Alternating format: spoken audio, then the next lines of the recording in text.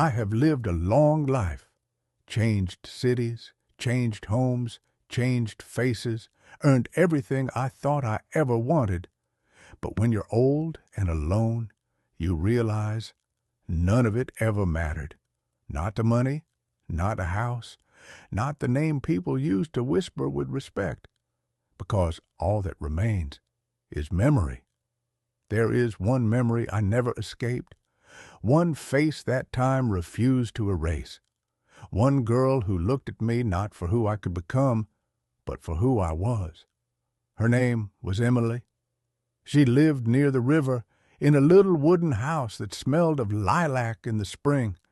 Her laughter was light, the kind that makes the world feel softer. When she laughed, even silence smiled. I was young then, proud, hungry for success. I wanted to climb higher, to prove I was more than just a boy from a poor family. Emily believed in something different. She used to say, "Don't sell your soul for comfort.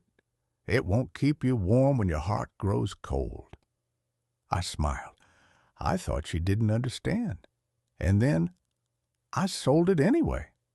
There was another woman, beautiful, elegant, the daughter of a wealthy man.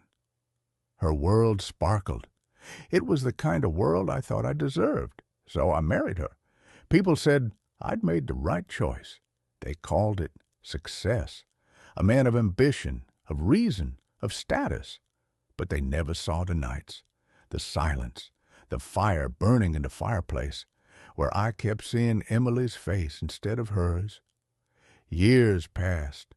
I heard that Emily had married too, lived quietly, humbly, but they said she was happy, and I became rich, but poor in the only way that matters.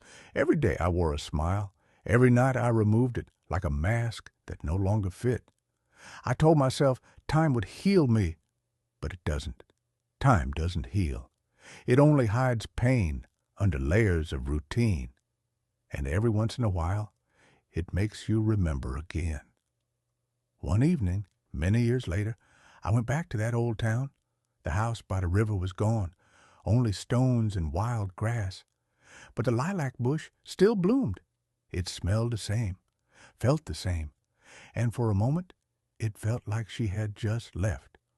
I stood there, and I realized I had built an entire life on a single mistake, and that mistake had a name, Emily.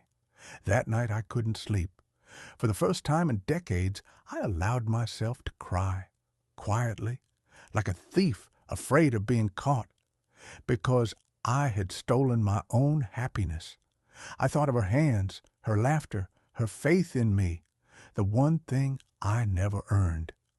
I understood then that the worst pain in life is not losing someone. It's knowing you were the reason they're gone. Years turned into decades. My hair turned gray. My house grew silent. Everyone I once knew had gone, but the memory stayed. One morning I sat at my desk, and I decided to write her a letter, not because she would read it, but because I couldn't keep this silence inside me anymore. Dear Emily, I don't know where you are now. Maybe somewhere calm, maybe somewhere kinder than this world. If so, I hope you still laugh like you used to, light, free, unafraid. I built cities, towers, houses, but none of them felt like home. Home was you, the sound of your voice, the peace in your eyes, the smell of lilac after rain. They say wisdom comes with age, but what good is wisdom if the heart stayed 17? I used to tell myself you forgot me. It was easier to live that way, but I know now you didn't, and I never did either. I chose comfort, but comfort is cold. It doesn't forgive. It doesn't hold your hand when the nights are long. If I could go back, I'd choose you again, 100 times, even if it meant losing everything else. I hope your life was kind to you. I hope someone loved you the way I should have. And if somewhere beyond this world you can still hear me, I want you to know I never stopped loving you. I folded the letter. No address, no stamp, just words. Finally free. I walked to the river, the same river where we used to walk barefoot in the spring. The air smelled of lilac again.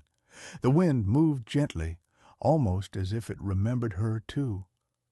I placed the letter on the water, watched it float, then drift away, and as it disappeared under the sunset, I felt something I hadn't felt in years. Peace. It was then I understood. Love doesn't die when it's lost. It simply moves to another world. And that's where she waited for me.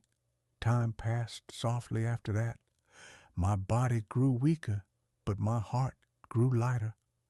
I stopped fearing death, because in truth I had already died a little every day since the moment I left her.